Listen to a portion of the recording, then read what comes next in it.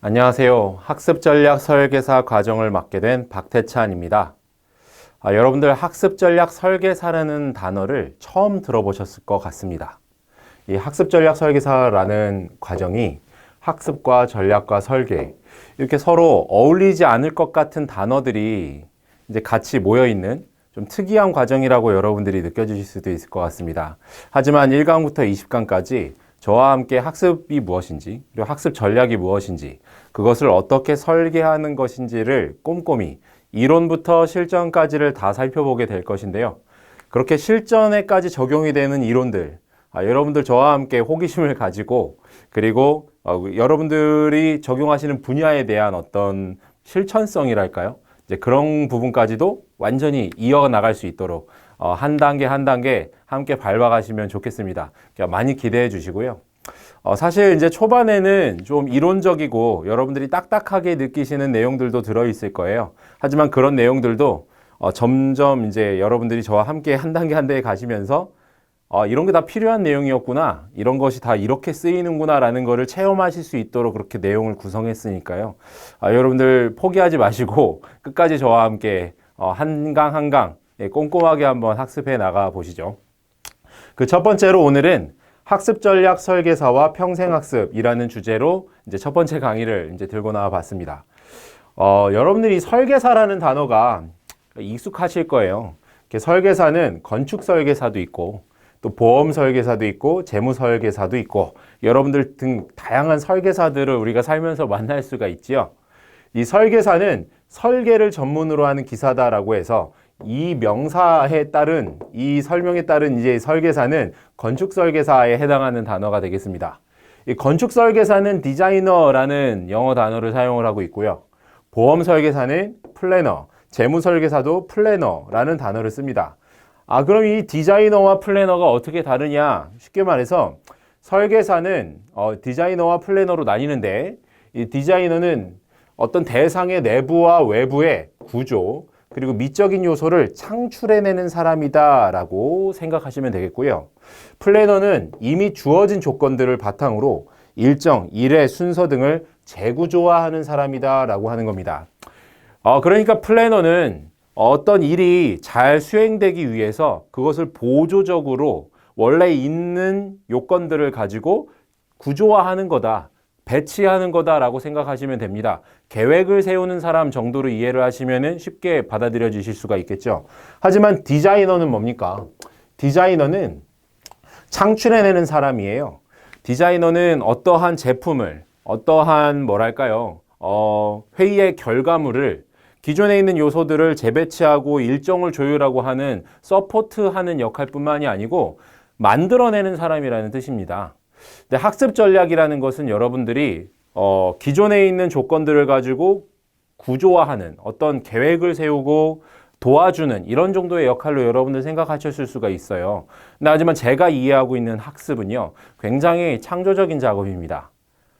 제가 이해하고 있는 학습은 학습자가 목표를 이루기 위해서 자기 자신을 재창조해 나가는 과정이라고도 볼 수가 있습니다. 그러다 보니 여러분들에게 제안하고 싶은 학습 전략 설계사의 개념은 플래너보다는 디자이너에 더 가깝습니다. 학습 전략이라는 처방을 학습자가 원하는 목표를 달성하기 위해서, 그리고 우리 스스로가 원하는 목표를 달성하기 위해서 계획을 세우고 전략을 어떻게 좀 전략을 짠다? 이런 개념이랑은 또 다른 것이죠. 전략을 짠다라고 여러분들이 계획을 세운다 이렇게 생각을 했을 때 여러분들은 계획을 어떻게 세우시나요? 네, 일정 기간 동안에 어떤 일을 해나갈지에 대한 일의 순서와 목표 등을 정하잖아요. 네, 그 정도 수준이 아닙니다. 학습 전략 설계사는 기존에 있는 요소들을 재배치하고 일의 순서를 정하고 이런 것뿐만 아니라요, 학습자의 내부와 외부의 학습 현상을 창출해내는 사람이다 라고 짧게 설명을 드릴 수가 있겠습니다.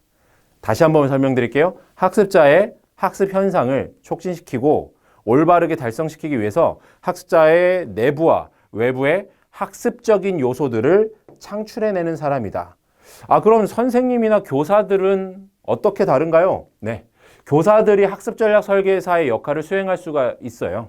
여러분들 이런 단어 들어보셨나요? 혹시 그 파실리테이터라고 하나요? 네.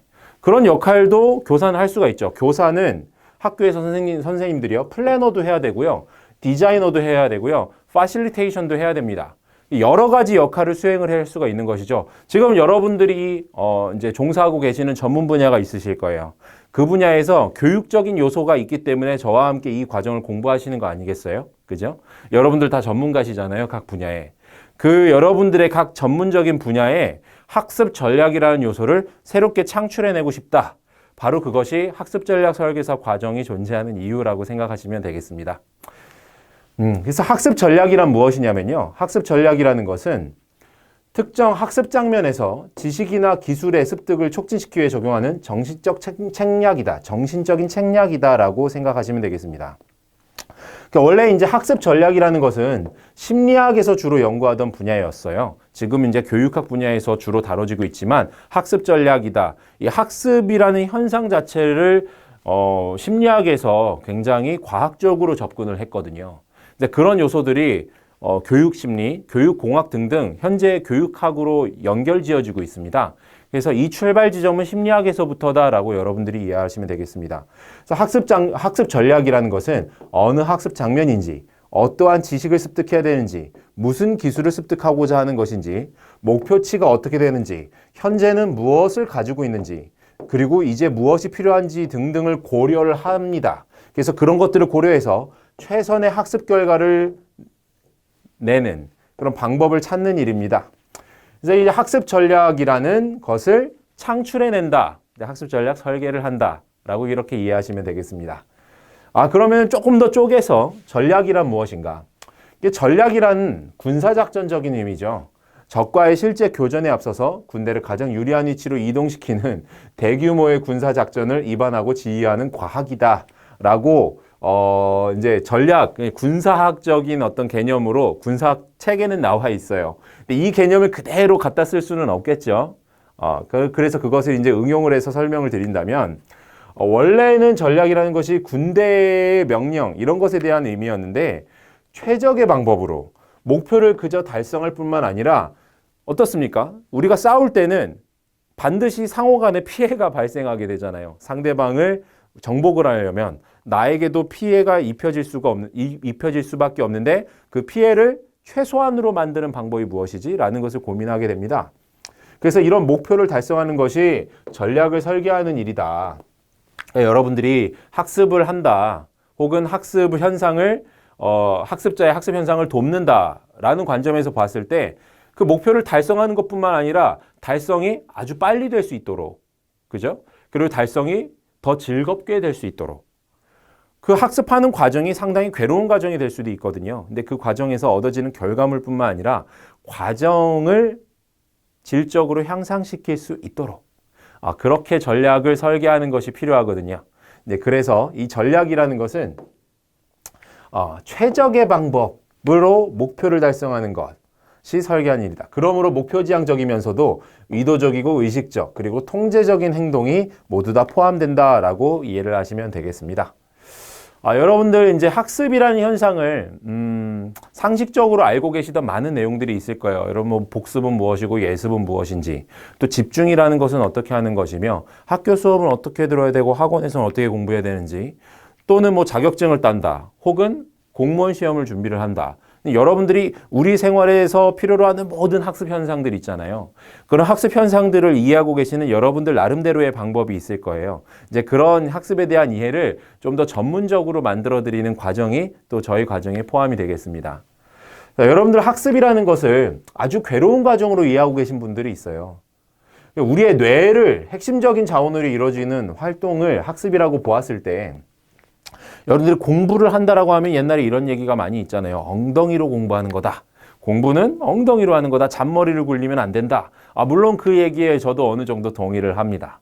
하지만 학습이라는 것은 우리의 뇌를 핵심적인 자원으로 하는 활동이라는 측면에서 보았을 때 뇌 현상을 과학적으로 연구하신 분들의 이야기도 귀 기울여 볼 필요가 있겠죠.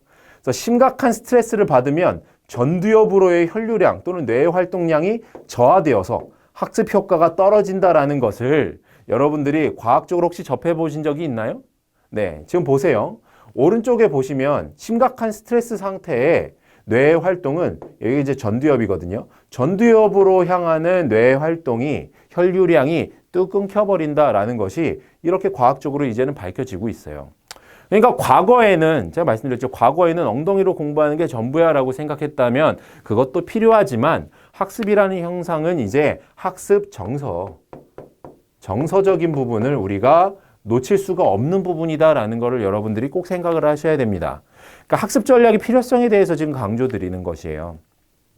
전략이 없이 그냥 무식하게 앉아가지고선 책을 막 4-5시간씩 판다. 그렇게 괴로운 시간을 견디면은 고진감래 될 것이다. 절대 그렇지가 않거든요, 이제는. 네, 여러분들 주변에서 많이 경험하게 되잖아요. 그러면은 그냥 IQ가 전부가 아니냐라고 생각하시는 분들도 있어요. 결국은 공부도 재능이 전부가 아니냐? 결코 그렇지가 않습니다. 잘못된 학습 전략을 구사했을 때나 그렇게 여러분 보실 수가 있는 것이고요. 잘못된 학습 전략은 오히려 학습의 성과뿐만 아니고 학습자의 상태를 나쁘게 만들어갈 수 있다.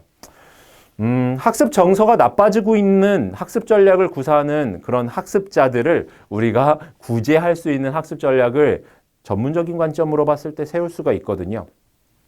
여기서 잠깐 말씀드리면 IQ보다 훨씬 더 중요한 게 뭔지 아세요? 학습에 있어서. 여러분 어떻게 생각하세요? 뭐 이런 얘기 많이 들어보셨나요? 메타인지라는 말 들어보셨어요?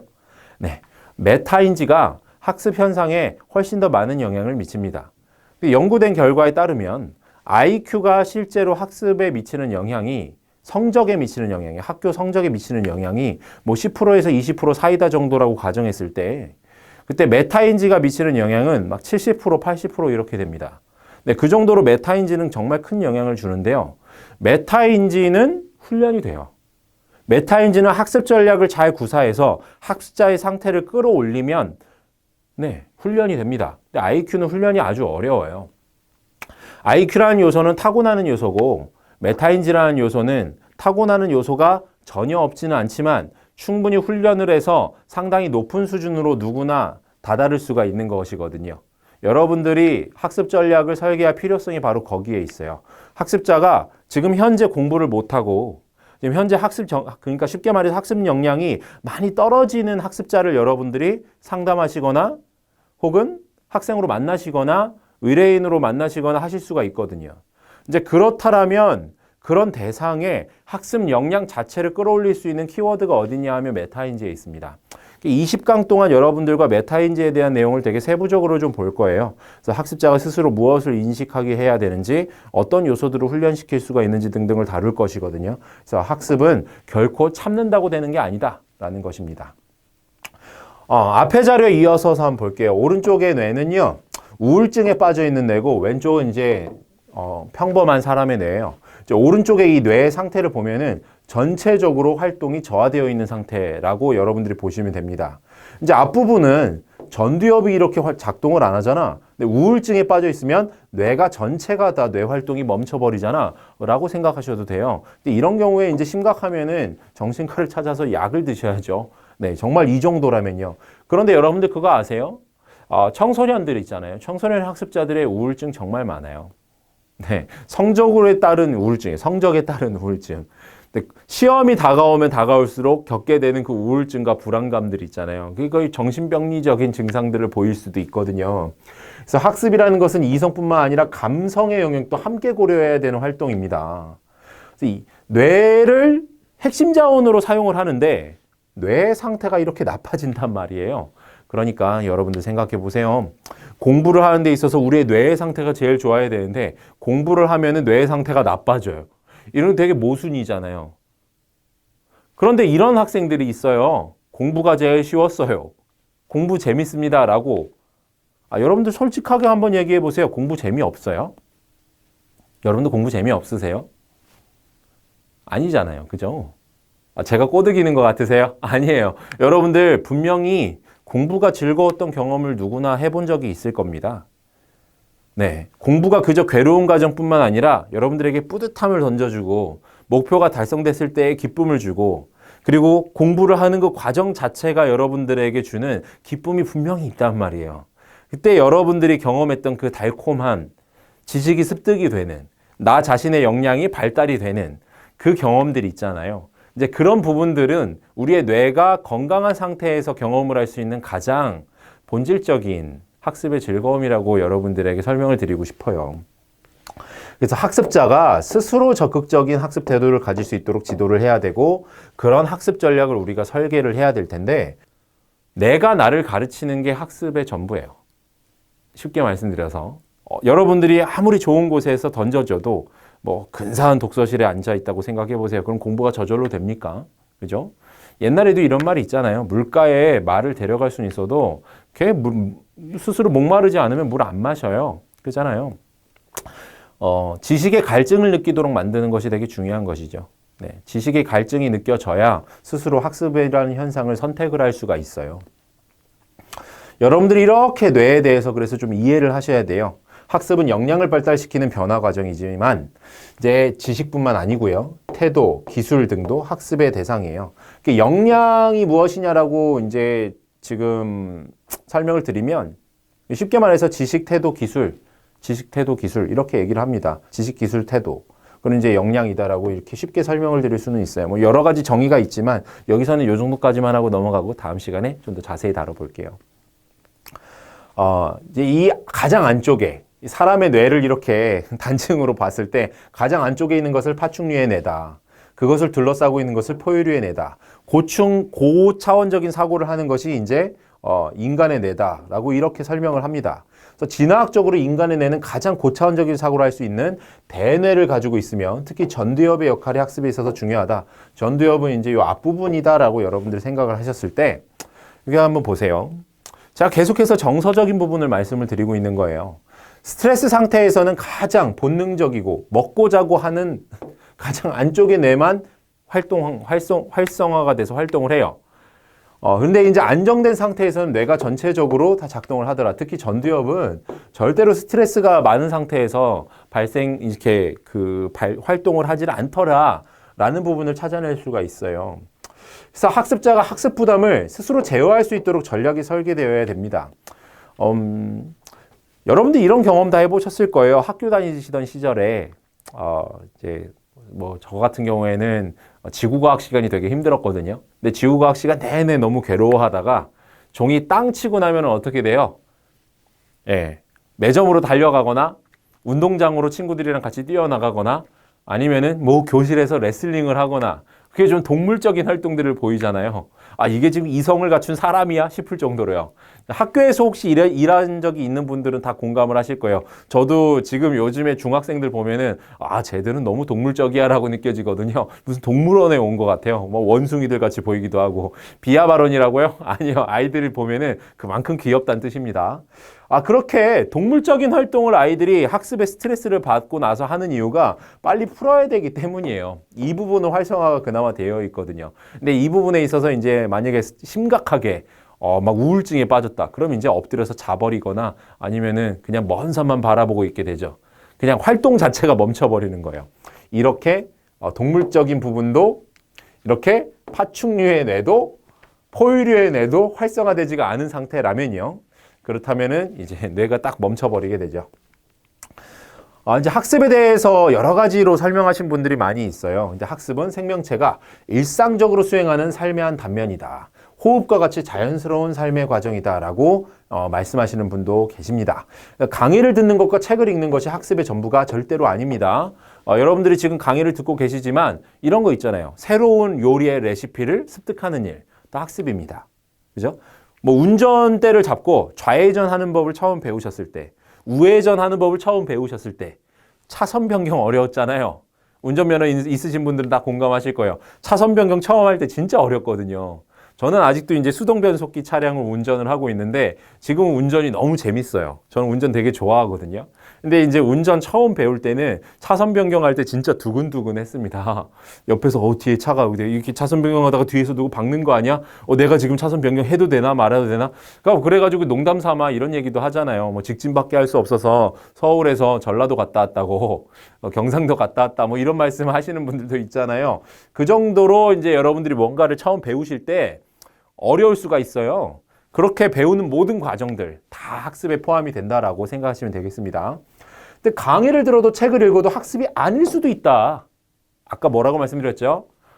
자기주도 학습은 형용모순 같다. 왜냐하면 학습이 일어나고 있다는 건 이미 자기주도적인 상태다. 여러분들이 제가 이렇게 막 열정적으로 설명을 하고 있어도 전혀 머릿속에 아무 내용도 안 넣고 계실 수도 있거든요. 아, 이거 뭐야? 1강 너무 재미없잖아. 한 7강 정도 되니까 좀 제목이 재미있는데 한번 듣고 와볼까? 아, 예, 여러분들 그렇게 하셔도 좋습니다.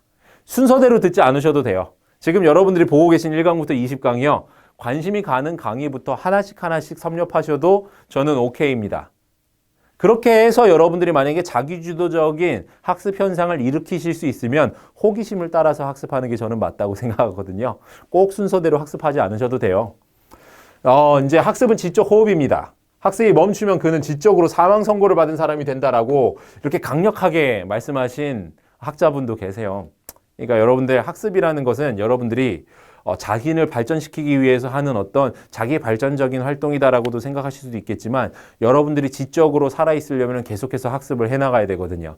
그렇게 여러분들이 학습에 대해서 전문적으로 이해를 하고 있고 또 다른 사람을 도울 정도로 그 전문성이 발달이 됐을 때 학습 전략 설계사로서 여러분들이 역량을 갖추었다라고 쉽게 설명드릴 수가 있겠습니다. 길게 이렇게 학습에 대해서 써놨습니다. 이제 평생학습이라는 개념이 제시가 되고 있어요. 학습이란 주체가 환경을 경험 안에 내면화함으로써 말 너무 어려워요. 나와 관계 맺게 하는 과정이다. 쉽게 말해서 환경과 내가 서로 관계가 형성이 되는 과정을 학습이라고 말할 수 있다. 저도 지금 이렇게 재밌는 도구들을 사용해서 강의를 하고 있어요. 이게 처음 써보는 거예요. 물론 프리젠터는 전에도 써봤지만 요즘 전자칠판이거든요. 너무 재밌어요. 이런 전자칠판을 제가 사용을 하면서 이 전자칠판과 제가 어떻게 되고 있습니까? 관계가 형성이 되고 있어요. 저 이제 얘랑 친해져야 되거든요. 의나 하라는 말씀을 드리는 게 아니라 여러분들 보세요. 주변의 환경 중에 여러분들과 가장 가까이 있는 사물을 한번 생각해 보시면 스마트폰 같은 거 있잖아요. 여러분들 스마트폰 처음에 굉장히 낯설지 않으셨어요? 저는 젊은 세대잖아요. 저 젊어요. 근데 이제 스마트폰을 처음에 이렇게 딱 만져보면서도 처음에 새로 보는 기능이 너무 많은 거예요. 그 새로 보는 이제 경험들, 새로운 기능들을 막 만져보면서 막 이렇게 만지니까 막 화면이 넘어가. 심지어 여기 이제 인터넷도 돼. 예, 거기 막 어플리케이션도 새로 설치해가지고 막 기능이 막 무한대로 확장이 돼. 이걸로 은행도 보고. 그잖아요. 이제 그런 과정들, 내가 관계가 없었던 대상과 새롭게 관계가 형성이 되면서 그것의 대상에 친근해져가는 그런 모든 과정이 학습이다라고 보았을 때 학습은 학교에서만 하거나 학원에서만 하는 과정이 아닌 것이죠. 그러니까 사람이 태어나서 죽을 때까지 우리 주변의 사물들과 의자와 이런 모니터와 전자펜과 프리젠터와 관계가 새롭게 형성되어 갑니다. 저도 지금 아주 재밌는 경험을 하고 있어요. 지금 제 눈앞에 뭐가 있는지 아세요, 여러분들? 뭐가 있겠어요? 카메라가 있겠죠. 카메라 앞에서, 전자칠판 앞에서 이렇게 새로운 환경에서 강의를 해보는 것도 저한테는 새로운 관계 형성이거든요. 여러분들 지금 모니터 속에서 저와 새로운 관계를 형성하고 계시죠? 이것이 바로 학습 과정입니다. 이것이 바로 평생학습이라고 여러분들에게 설명을 드릴 수가 있을 것 같아요. 자, 평생학습이란 자신의 경험을 구성해가는 총체적인 과정입니다. 어느 특정 시기나 학교 생활을 하는 동안에만 학습하는 것이 아니고요. 모든 장소에서. 그래서 우리는 이미 평생학습을 하고 있는 학습자다. 누구나 학습자다라고 설명을 드릴 수가 있을 것 같아요. 자, 오늘 학습전략 설계사 첫 시간으로 설계사 중에서 제가 뭐라고 말씀드렸죠? 설계사. 제가 제안드리는 학습전략 설계사는 플래너의 개념보다는 좀 더 학습자의 내면과 외면에 깊이 관여하여서 학습 현상이라는 것을 창출해내는 디자이너에 가깝다라고 설명드렸습니다. 또 학습 전략이라는 것이 무엇인지, 전략이라는 것은 군사학적인 개념이었지만 이제 학습 전략, 목표를 최상의 컨디션으로 달성할 수 있도록 학습 전략이라는 개념을 사용한다. 그래서 전략의 개념까지 설명을 드렸고요. 그다음에 학습에 대해서 여러분들이 기존에 학교에서만 하는 거야, 어느 특정 장면, 도서관에서만 하는 거야 라고 생각하셨다면 이제는 모든 대상과 우리의 환경에 있는, 우리 주변에 놓여져 있는 모든 대상과 관계가 형성되는 그런 과정들을 다 학습이라는 개념으로 이해를 할 수 있고 이제 평생학습이라고 하는 것이야. 그래서 누구나 학습 전략이 필요하다. 그래서 누구나 학습 전략 설계사가 필요하다라고 설명을 드리겠습니다. 자, 오늘 내용은 여기까지입니다. 다음 시간도 참 기대해 주셨으면 좋겠습니다. 감사합니다.